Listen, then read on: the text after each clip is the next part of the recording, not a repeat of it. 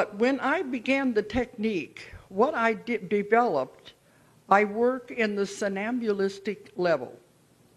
If anybody knows anything about trance, as PMH was showing you the levels, this is theta, the deepest level before you fall asleep in delta. Now, most hypnotists are trained to work in the very light levels.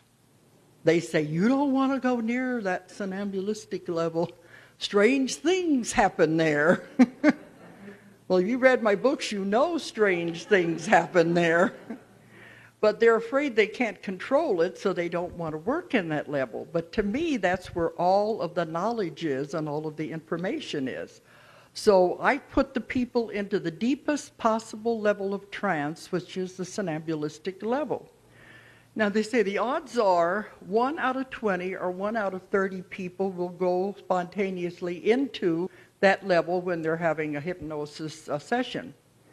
Well, the technique that I've been able to perfect, it's the opposite. 1 out of 20 or 1 out of 30 will not go. I found a way to make every one of them drop. Now, you see the importance of this because you can eliminate the conscious mind interference. If you've ever had hypnosis with the light levels, you know, your mind is sitting there jabbering at you. This is silly, you're making it up. You read it in a book, you saw it in a movie, yak, yak, yak. You can eliminate that conscious mind interference and go direct to where the information is. Look at what you can get. And that was what I began to do, and I was very excited because in the early days, it was all about exploring history.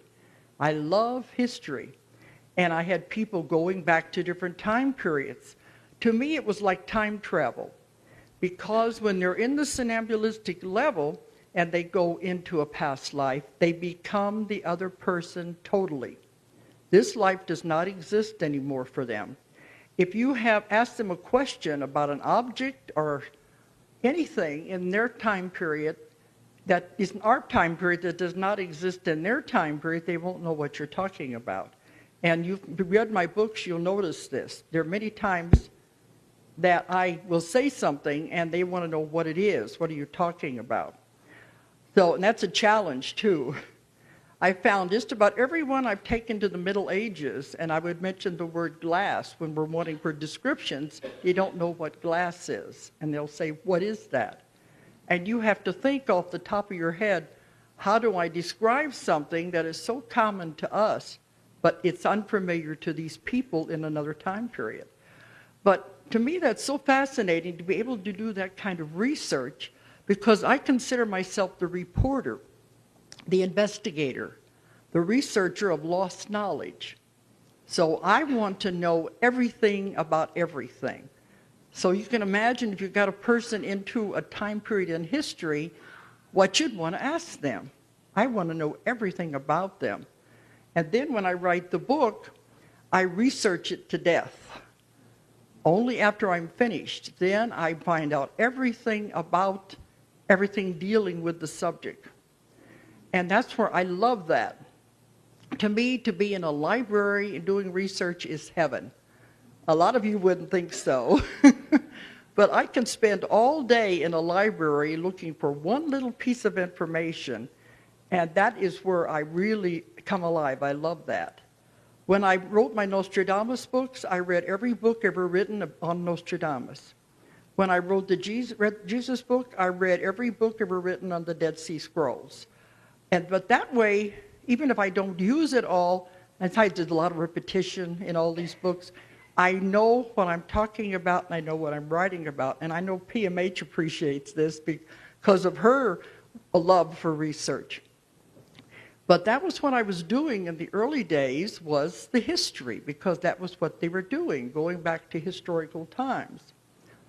But even in the somnambulistic level, and I call time travel, if the person, they're not always going to know everything. They may just be a farmer out in the field, but they get the answer for what they're looking for in the therapy, because we take them to the lifetime that is the most appropriate for the life they're living now. They won't always know a lot, but occasionally I would find somebody in a position who had knowledge that we could write about. They knew things that were happening or were associated with an important person. That's where I've written those books. But I've now done thousands and thousands of people. And it's amazing the way the technique keeps going, and it is working every time. Now, a lot of the information PMH got, I received my way. And I admire her with her scientific lust for this.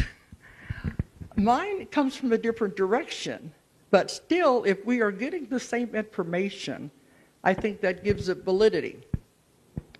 It has to be coming from the same place if we're all getting the same information. Doesn't matter how it happens. But mine is not channeling, but I have discovered a very strange thing happening with it that I use now all the time. In the beginning, it was just history. Then I got into the therapy. What I work with, I call the subconscious mind. But it's not the way the psychiatrists define the subconscious. Well, their definition of the subconscious is a childish part of the mind. What a lot of hypnotists use when they're trying to stop smoking, lose weight. To me, that's boring anyway. I'll put it in if the person wants to stop smoking or lose weight, but that's not my prime interest, because to me, that's so easy to do. I found a very easy way to do it. I tack it on at the end of the session. But that's not the part of the mind that I'm working with. I have found this part, you may call it the higher self, the higher consciousness, the oversoul. I think it's what the psychiatrist, what was it, Jung? I never remember if it's Jung or Jung. He called the universal mind, before he got away from all of that. It is something that is so huge and so big, it has the answers to everything. So why not go to something like that if you want to find answers? And it's so amazing to me. I call it the subconscious. It answers to it. It says, we don't care what you call us, we'll work with you, it doesn't make any difference. But so I call it the subconscious. One time I asked them, who am I speaking to? And they said, you could call us the collective if you want. It always kind of makes you think of the Borg on Star Trek. But it is a force, it's so huge that it knows absolutely everything. So that's the part that I work with. And I found it only to be accessible when I get the people into the deepest possible level of trance. I take them through their therapy first, because we're looking for the cause of something. I do a lot with physical problems and diseases, illnesses, and just about every kind of physical thing you could think of. I've had people come to me. Many of them are getting ready to have operations. If they can get to us before they have the operation, they won't need the surgery, because we find out why they're having it done. Because you make yourself sick. You give yourself the disease or the illness. If your mind is that powerful enough to make you sick, it's also powerful enough to cure you, once you understand. Because I found every ache, pain, symptom of the body is the subconscious trying to give you a message, trying to tell you something in the only way it knows how. Pain, it's going to get your attention, and we don't understand what it's trying to tell us. So it'll get a little worse, and a little worse, still trying to get your attention. And if we still don't understand what it's trying to say, it can end up with an illness or disease that's going to be a lot harder to fix, usually into surgery or all these drugs and things. The doctors are only putting a Band-Aid on the symptoms. They're not going to the cause of the person's problem. This is part of what OT was writing about also. You got to find out, why did the person choose to make themselves sick? And people can come in to see me and talk about different parts of their body they're having trouble with. I can usually tell them what's happening in their life, because the subconscious will always affect the same part of the body to give the person the message. It's very literal. And if you think about it, it makes a lot of sense. And so that's why we go back to the past lives to find out why are they doing this? Where's it coming from? A lot of it comes from trauma, where the person died in another life, and they carry that forward into this life. But, well, you know, even, I'm not trying to watch my time. I don't have as much time as I gave the other people. But somebody comes in with back problems. It's always the same thing. Shoulder, back, down the spine, especially into the lower back. Can you figure out what that would mean in this life? The subconscious is very literal. I always ask them, do you feel like you're carrying a load? And they usually are. They got a job they don't like, they got a marriage they don't like, they're too busy, they feel like they are carrying the world on their back. The spine is your support system. And usually that's what it goes back to. Sometimes it's just understanding what it is. People with leg, knee, ankles, hip problems, it's usually the same thing. They are at a crossroads where they're being offered a chance to go a different direction. It may be a big change in their life. It might be something they are not sure if they want to do it because they will give up something. And they're trying to make up their mind, do I want to do this or not? And they're holding back.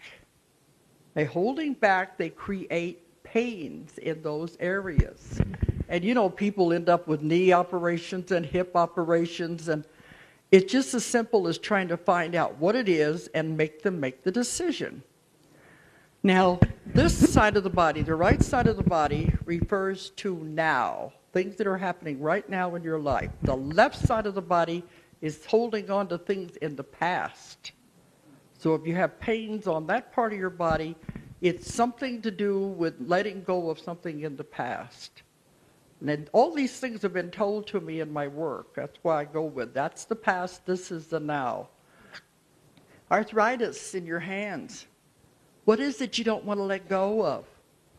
What are you holding on so tightly for? See how literal this is?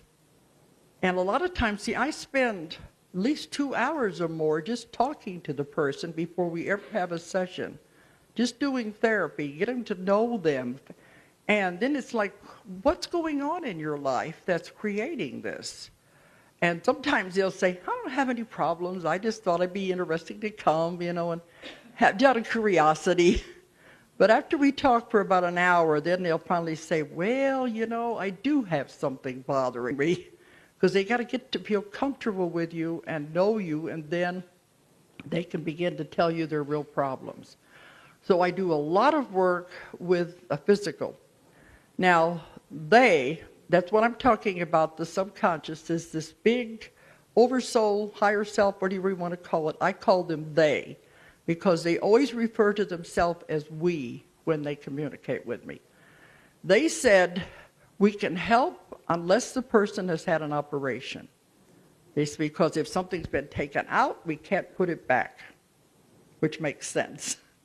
They can do a lot. I have seen them in one of my classes just a few months ago in Chicago. The whole class watched as they rebuilt the cartilage in this woman's knee. She was due to have a surgery the next week. And they said, well, you know how difficult this is? And I said, I know, but I know you can do anything. And so they rebuilt the cartilage in her knees. And afterwards they said, no, she's going to go back to the doctor and they won't find anything wrong.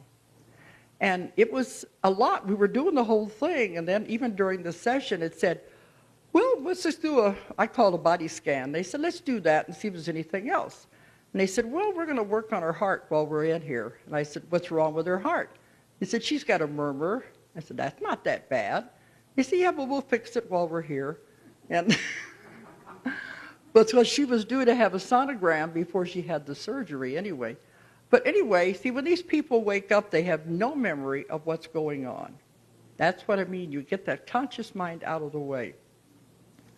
After she woke up, you know, we had 20, 30 people in the class all crowded around the table watching her, had her on the massage table. And afterwards they said, you just performed a miracle. Don't you know you just performed a miracle? I said, I didn't do anything. They do it. And this is the kind of power that I work with. It's so vast, and it has so much knowledge. And a lot of people want to have information about, their marital problems, family problems. They come for all kinds of reasons. So we work with everything, and that's my therapy part. And the subconscious, I always ask them to take it back to the most appropriate past life to explain what's happening now. Because you've all had hundreds and hundreds and hundreds of lifetimes. Everybody has. You're going to get something. You can go to a hypnotist and have a past life. It's not hard to do if they know how to do it. But then what are they going to do with it? They don't follow through. It's just an interesting thing. I want to take you to the one that's going to explain what's happening now and then fix things. I like to fix the person. I don't want them to leave if they're not fixed. Does this sound strange? But I'm teaching it now, and my students are emailing me saying, it works, we're able to do it. And in the beginning, I didn't know, could I teach it to anybody? When you develop something, can you show somebody else how to do it? So I thought I'm going to try, but they are telling me now they are beginning to understand it. The doctors in Russia want me to come back and make sure they're doing it right. But there's no guarantee everyone's going to be able to do it. I think it takes a certain, I don't know, what I think it is, they are not going to work with you if you don't come at it from the right angle, the right reason. Because I kept saying, what if I teach this to someone and they use it in the wrong way? I don't think they're going to work with people if they're not using it for the right reasons.